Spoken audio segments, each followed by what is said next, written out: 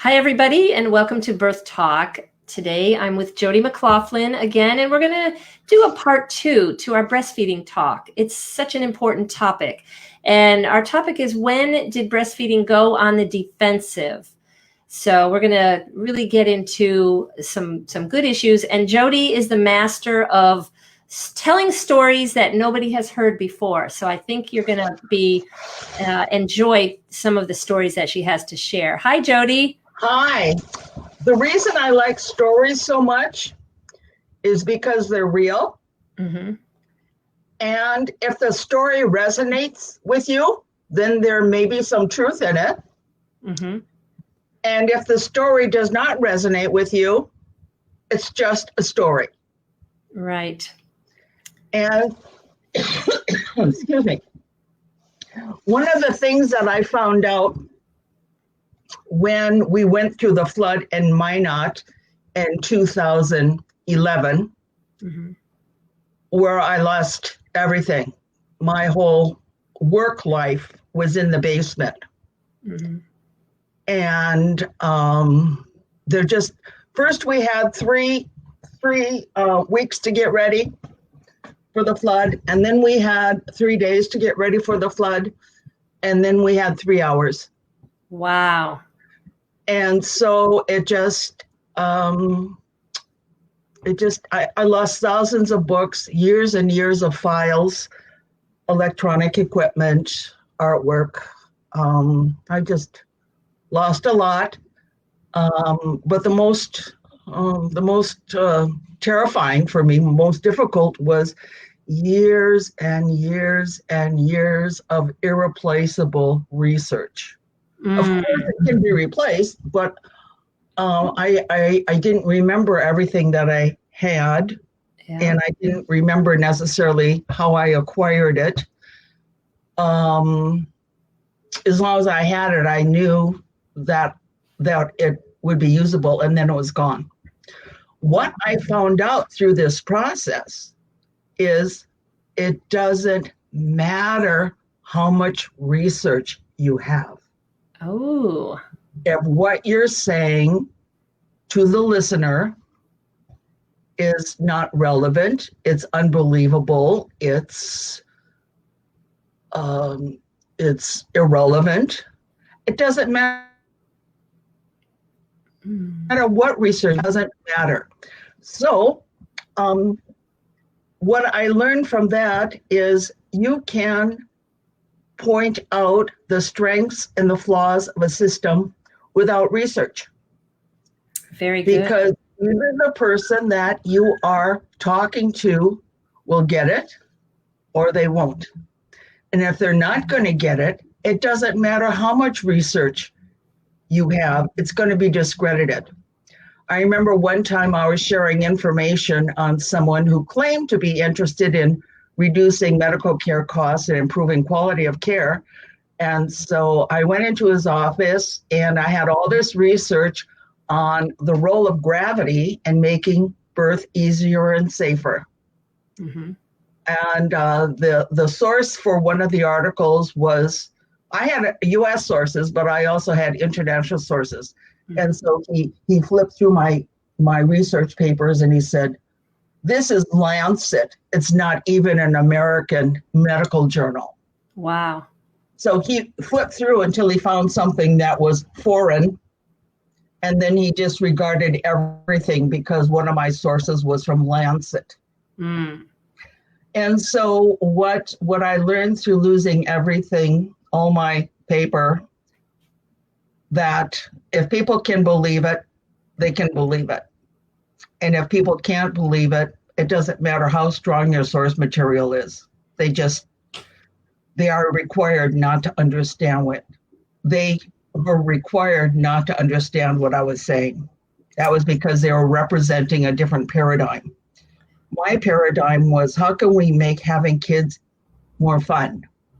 Yeah. And their paradigm was, how do we protect the medical institutions, including medical associations, the pharmaceutical industry, the medical equipment, industry, the insurance industry. How do we protect their financial stream? And for a long time, I thought people wanted better outcomes and they wanted lower costs. And through trial and error, I found out that that just isn't the case. Yeah. Because every time I proposed something that would improve outcomes and lower the cost, that represents a financial loss to somebody. Mm-hmm. And or a job loss. Well, I guess that could be financial too. Jobs. Yeah. Mm-hmm. Mm-hmm. Yeah, that's very difficult. So it's not an intellectual thing. It's not a reason thing. It's a paradigm. It's the choice we make in what theory, what we value. I thought everybody wanted what I wanted, which was how to have happier households, how to have stronger communities, how to reduce crime rates. And then I found out that each of those things generates a huge revenue stream. True. And I remember reading an article regarding the warden of one of our local prisons, and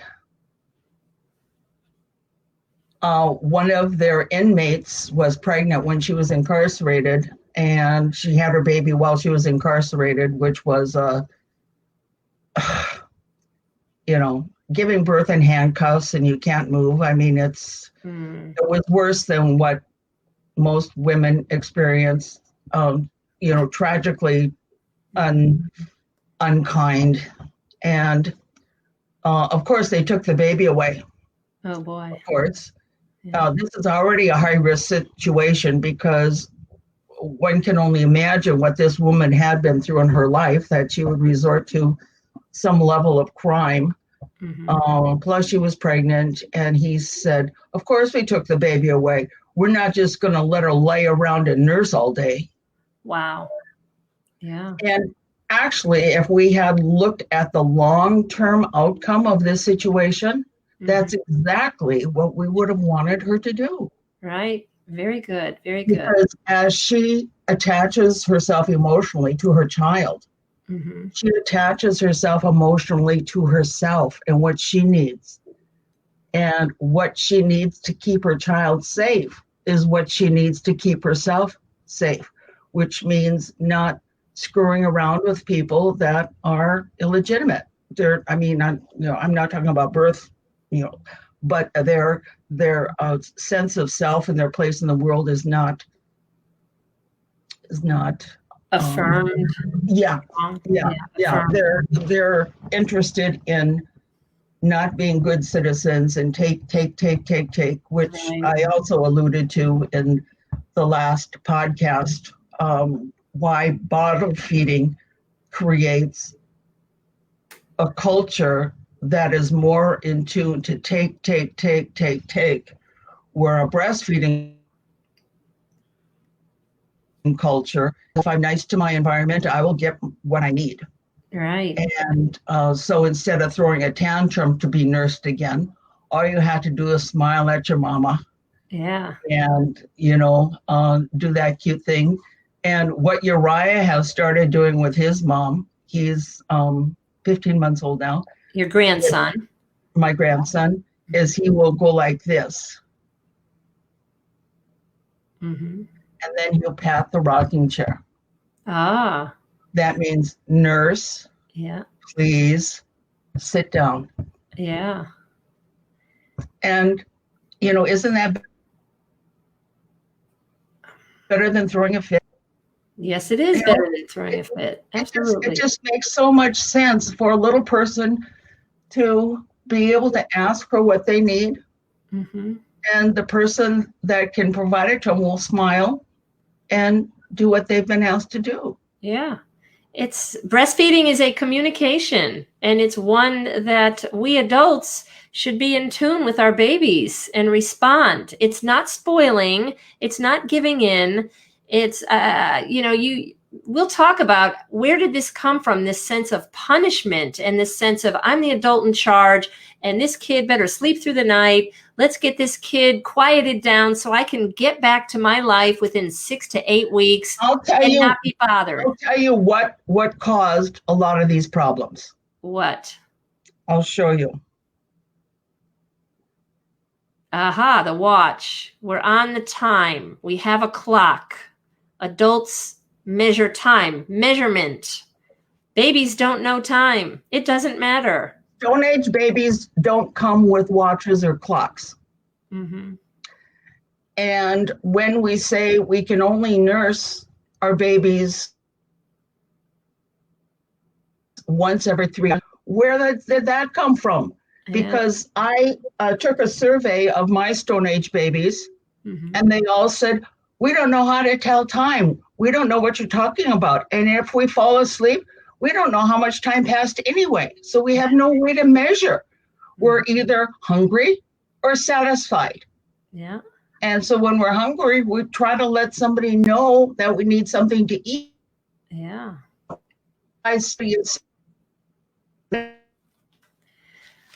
We're having a little lagging going on. All right. Hopefully it's not going to be too much of a problem.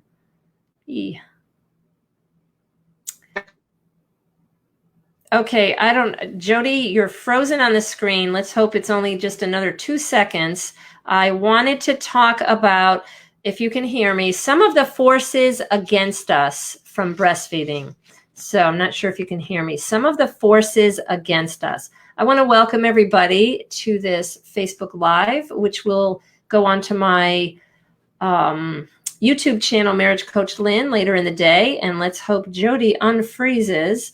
But I want to talk a little bit about the forces against us. So I don't know if I lost Jody. Okay. All right. Well, hopefully Jody will rejoin me and I'll have her rejoin. And so let me just continue the conversation. I liked how she talked about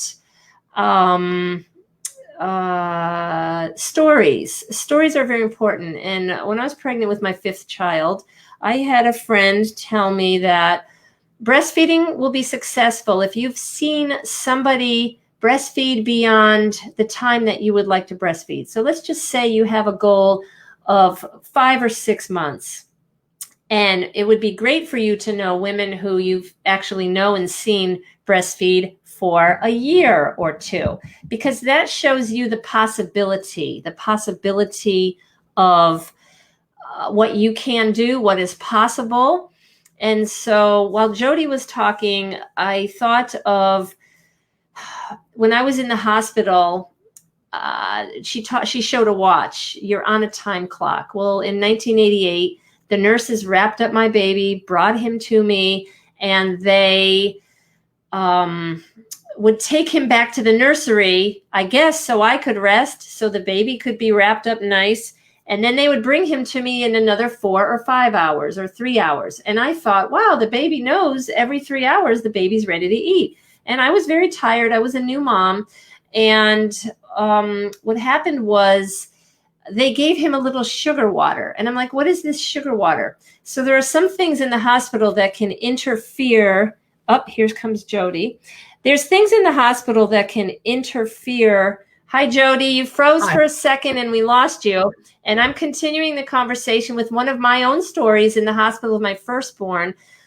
They gave the baby sugar water. And that is something that moms need to know, that there's a lot that could interfere with your breastfeeding. And that is, you're trying to breastfeed and establish a good relationship. And if you give the baby a bottle, even if you pumped the milk or you supplement with formula, so these are some things that can interfere. And what I wanted to talk about, Jody, was forces against us. And one of the forces was in the hospital, if a nurse, I gave the baby sugar water so that, you can rest and we'll bring the baby to you every 3 or 4 hours. And that definitely confuses the baby, interferes with the baby latching on and actually breastfeeding. I had sore nipples with my first child. And so I didn't really know what I was doing. Even though I took classes, even though I tried to learn about it, there was just so many things that interfered. And so I want to say one of the forces against us would be what Jody was talking about. Who can make money from this? What is marketing? And so my dear friend Martha Pugaz, may she rest in peace, she lived in Fairview, Ohio, and Cleveland, Fairview, Chicago area. We know that in the 1950s, 60s, La Leche League, that was the starting point in the country, I believe, of La Leche League. So Martha definitely in her region was a strong proponent. She had 7 children, I think born between the early 1950s or late 40s into the early 70s. And she went into the doctor, and she was a very wonderful mother and very strong woman. And she went into the doctor and for a new baby well care checkup. And the doctor said, "Oh, we have formula. Look at this vial. It's white and frothy and healthy. Look what breast milk looks like, blue and dulled. What don't you want your baby on formula?" Mm-hmm. And she said, "Formula? Why would I want formula? No, thank you. Please don't bother me." And she walked out of the office. I don't think she went back to that doctor again. So the marketing of it, the selling to you that you think your baby is going to be healthier, the formula will fill the baby's tummy for many more hours, and you can sleep for 5 or 6 hours, and then the baby will wake for the next feeding. So one of the forces against us is we have been marketed to by the formula companies. We have been told it's that way. Who do you think taught the doctor to present this product in that manner? Companies such as Nestle and things like that? I don't know. The detail men, the pharmaceutical detail men and women say, this is how you can talk to your patients to get them to understand that this is a superior product to the bluish inferiority. Well, breast milk looks thin. Okay. Like if you've got cream over here and skim milk over here, the skim milk looks thin. Okay. Thin and bluish. Okay. It doesn't look like there's much substance there.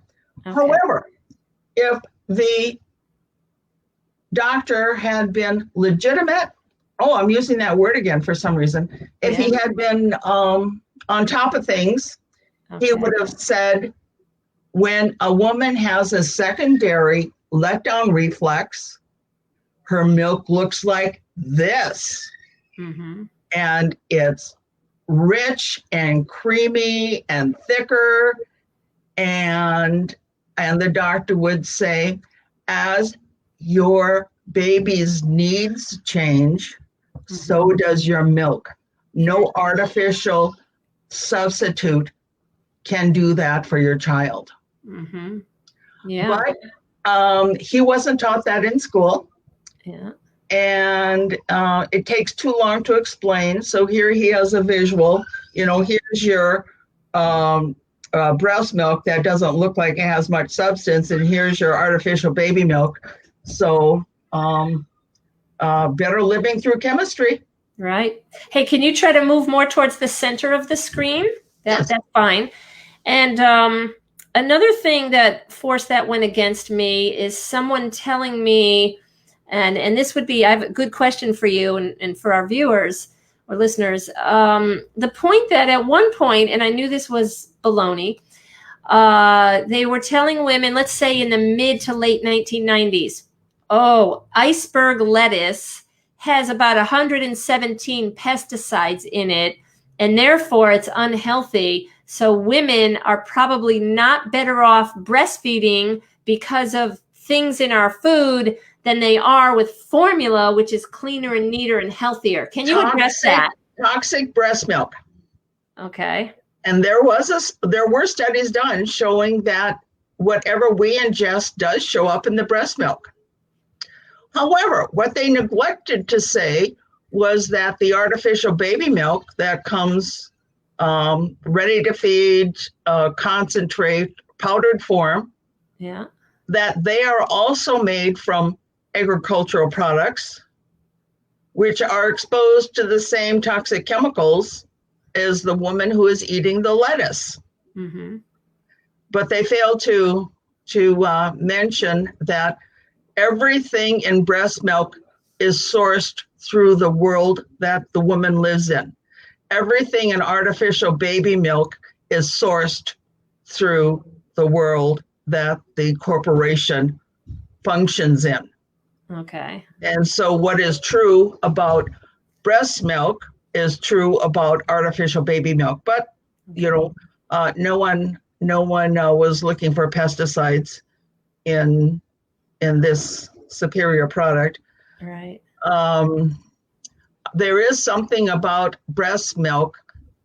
I remember reading that allows the toxicity which is present in the breast milk. And I'm not talking about toxicity as being hazardous to the baby. It's just that our bodies are a product of our environment, including our milk. Okay. And the baby has a more effective flushing system through their ingesting, digesting, and eliminating. Okay. Now, if someone was going to say to me, so what do you think would be the standard for determining whether or not artificial baby milk was as good as or almost as good as breast milk? Okay. I would say when the poop looks the same. Mm-hmm. Because the poop of a formula baby looks the same as a breastfed baby. Then you'll know that you're on the right track as far as formulating your artificial substitute. Okay. But anyone who's been around a number of babies knows that the poop of the breastfed baby is far different than the poop of an artificially, a baby that's fed artificial breast milk. Yeah. And I can't remember why doesn't anyone, I have never heard of anyone looking at the product formulation, which is, should we add this? Should we take out this? Should we put more of this or less of that? When we were doing the salt is killing us phase, mm-hmm. We had low sodium artificial baby milk. Okay. Well, you know, if they would have tested breast milk, they would have found out that there are levels of salt in the breast milk because, you know, it's part of keeping our electrolyte balances in check. And for them to take it out because, you know, we're being warned that salt is bad for us. Mm-hmm. You know, I mean, for crying out loud, do these people think at all? We know that animals need salt, especially pregnant and lactating. Well, I'll say cows because that was my closest experience. Yeah. They need salt blocks. They need mineral blocks because they are dependent on their environment, which is the farmer and his pastures and his hay and his silage, okay, to make sure that they're adequately nourished. Now, if a farmer is feeding his animals substandard food, if he's feeding them, for example, straw instead of hay, yeah, and feeding them grain that's contaminated with some kind of a filler mm-hmm. to make it look like more, his baby calves are going to be born too small, too weak Mm-hmm. to survive. Yeah. And it will not take that farmer very long to figure out, oh my God, they haven't been eating properly. Mm-hmm. Because his livelihood depends on him making sure that his animals have clean water, nutritious food, an environment of safety, shelter, and exercise.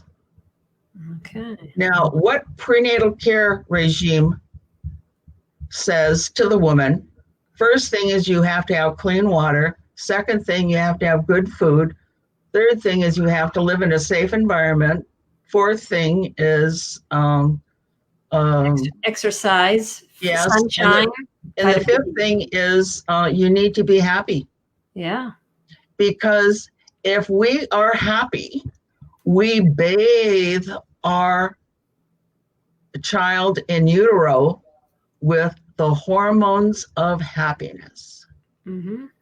And being happy after the baby is born, being happy becomes that baby's normal. Yep. Now, I'm not opposed to what happens to the baby if the mother is in a fearful environment. Because if the mother is in a fearful environment, such as villages being under siege during World War II, a lot of fear, a lot of shortages, and the babies were born with a far greater interest in survival than in being happy. Okay. So we gave birth to a generation of children who to be. All right. Your screen is freezing up again. I hope I don't lose you. That's what happened 15 minutes ago. Okay. World War II babies. All right. Okay. Let me continue on. Okay. She's still there. Let me continue on with forces against us.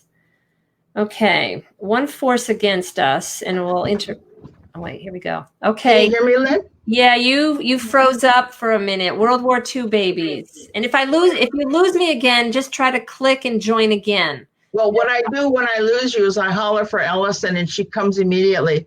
Okay. All right. So anyway, she knows I only ask of her when I need it. Okay. I'm not screwing with her goodwill. All right, good. If I say I need you, she knows I need her.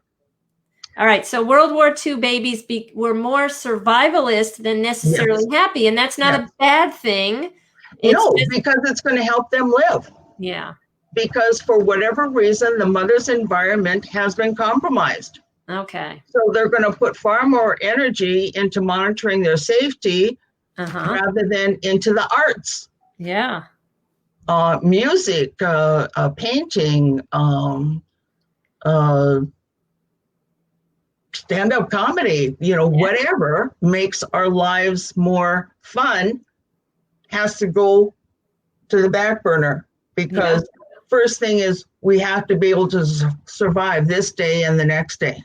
Right. Okay, so let me welcome you. If you're watching live, you are encouraged to leave some comments, leave your stories, any questions you want for Jody, we can address them. And so today's topic was, when did breastfeeding go on the defensive? Jody, when did breastfeeding go on the defensive? When some woman confided to her companion that she thought that the thing that they did together, that was had something to do with this small creature coming out 9-10 moons later. Okay. Because at that time, babies came from time to time, and where'd they come from?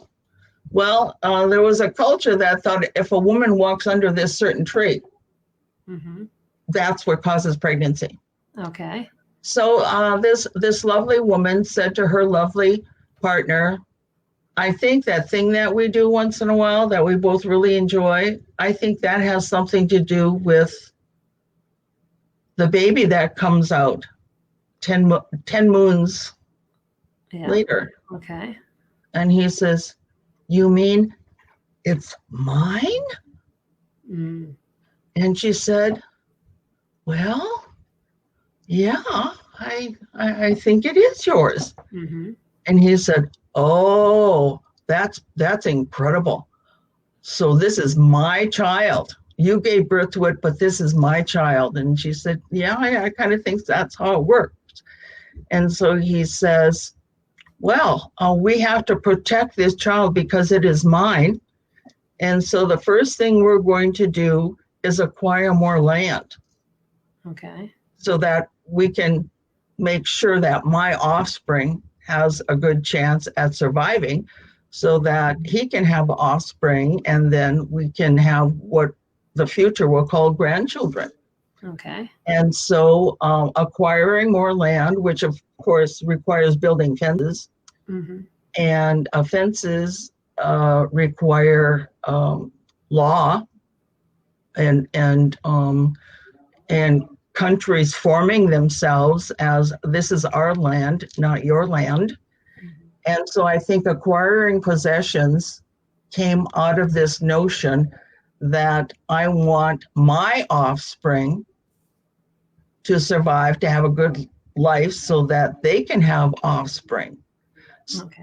And at that point, women became less than, because they were only the vessels for the child. Okay. They were not the creators of the child. They were only the vessel. And as the ownership of the children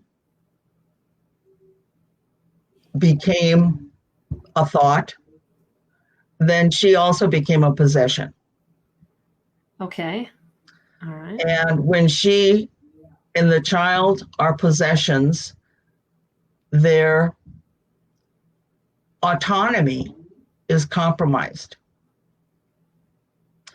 Now, this is something I have given a little bit of thought to. It's not anything I've ever written about.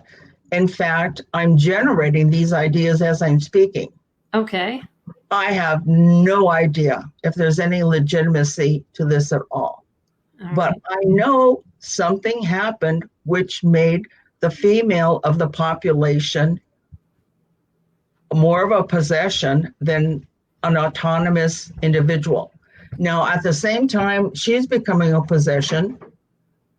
Men are also creating men who also are become possessions, serfs, slaves, underlings. I think from the knowledge that I can produce a child, that wasn't her knowledge because that's self-evident, but his knowledge that he can produce a child created a culture of power. Power. Power. Would you say patriarchy? And power becomes power over. Oh, okay. Power can be used for good, and it can also be used for things that aren't good. Okay. I'm not opposed to power, but I'm opposed to using power to compromise another person's well-being in order to enhance one's own. Okay. That's well put. My question is, in history, weren't the communities, they had each other's back. They looked out for each other, and maybe men and women were a team. And then what you're proposing is that the woman became an object and not important. Oh, she was important for sure. She was important for sure. For his needs. Only as the vessel. Yeah. Not as a creator.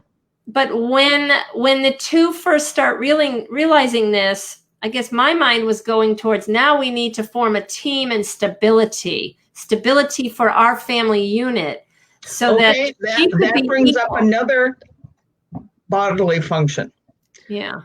When women have an orgasm, a woman who is lactating has an orgasm, it's not unusual for her to have a letdown reflex.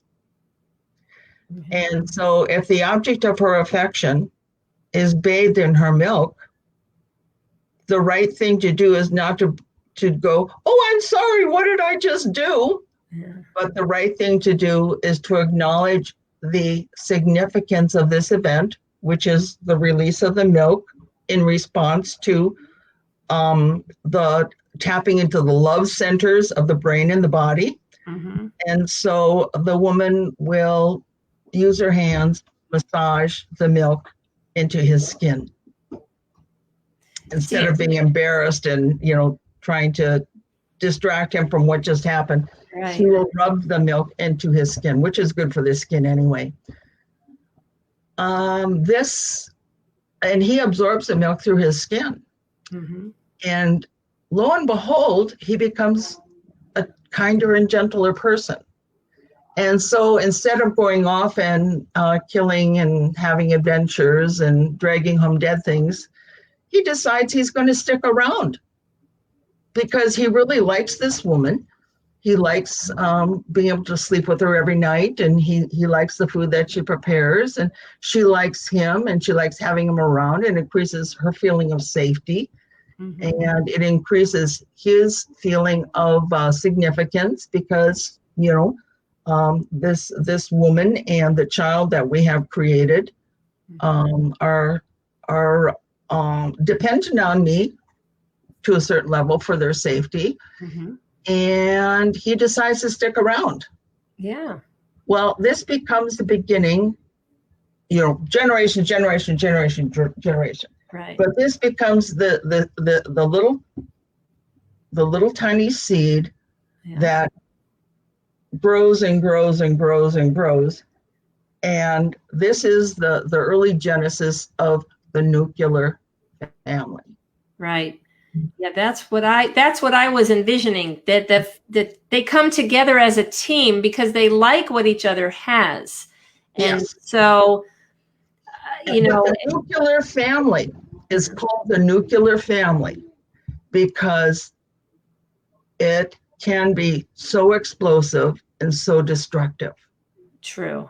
And we've seen that. Many of us have lived in it. We've seen it. We've experienced it. It's gone on for a long time. The only way I can sum that up is to say, hurt people hurt people. Right. Yeah. If someone has been hurt, then they're more inclined to hurt others. Yeah. Oftentimes in the same way that they've been hurt. Yes. So now we have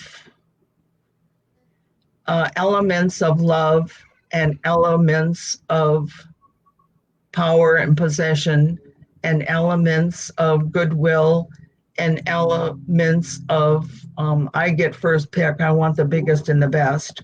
Mm-hmm. And then we have to adopt lies and manipulation and all this other stuff because somehow we feel if we have more than the next guy, then that makes us more significant, more something that's perceived as being desirable. Yeah. The idea that the best way to be with one another is to be kind. Yeah. And cooperate and offer suggestions, not mandates, offer ideas without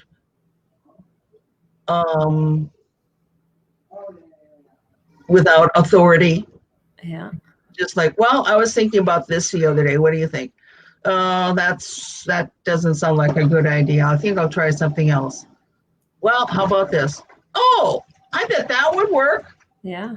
And the exchange of ideas is so effortless and so grounded in goodwill that you don't have the situation where to hear and understand what someone is saying, even if you don't agree,